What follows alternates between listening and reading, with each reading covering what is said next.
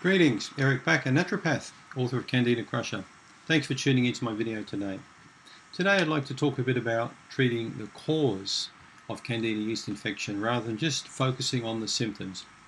I've just spent probably a good hour looking at many different YouTube clips on Candida yeast infections.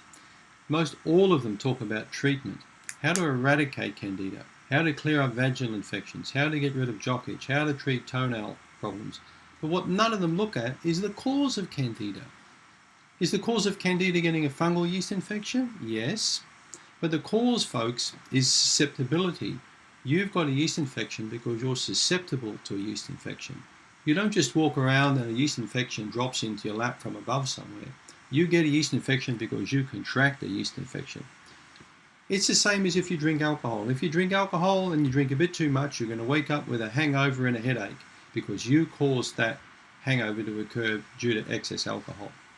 It's the same thing if you lie in the sun outside and you get sunburned. You can't blame anyone. You've got to blame yourself because you're the person who chose that. Yeast infections don't just happen, they occur because of a cause. So in my book I've written extensively about causation, about the many different types of causes.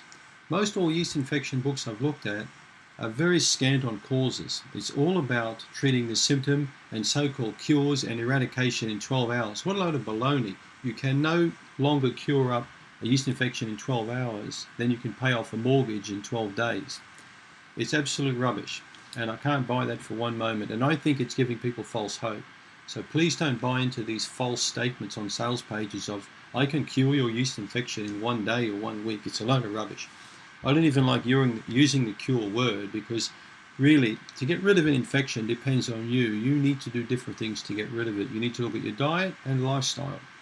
80% of recovery is lifestyle related. I've mentioned this many times before, 80%. Now, one of the big causes of yeast infection, which remains basically untreated, is stress.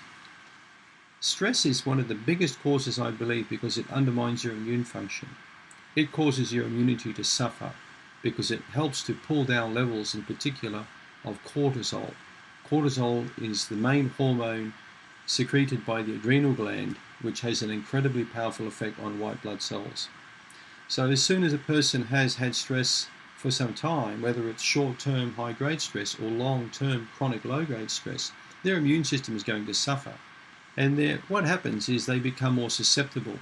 Their susceptibility increases and their resistance drops. And this is when you're more prone towards a Candida yeast infection.